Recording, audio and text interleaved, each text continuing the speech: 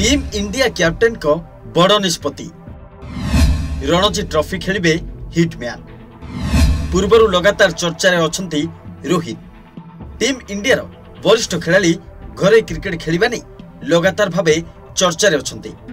एभली समय team India अधिनायक Rohit Sharma बड़ निष्पत्ति नेछंती। आगामी दिन में से मुंबई पक्षरु रणजी खेलुवा नजर आसिबे। शनिवार खबरदाता सम्मेलन में से नहीं घोषणा करछंती। गत किछि वर्ष धरी लगातार भावे व्यस्त रहुथिबारु खेलिबा कष्टकर थिला, हेले एथर से रणजी खेलिबे बोली रोहित कहिसंती।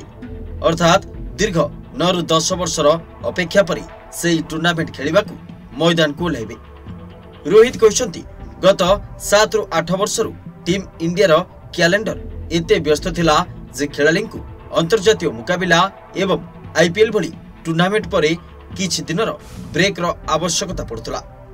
जदि निज विषय रे कहिबी तेबे 7 वर्ष रे जेबेठारु टेस्ट टीम रे खेलुछि मते बहुत कष्ट रे सुजोग मिलुछि। एते वर्ष रे हमकु अति बेसी रे 45 दिन भी घरे बिताइबार सुजोग मिली नाही। जदि समस्त फॉर्मेट रे खेलु नाहंती सेमाने घरे क्रिकेट खेली परिबे। We report deadline Odisha.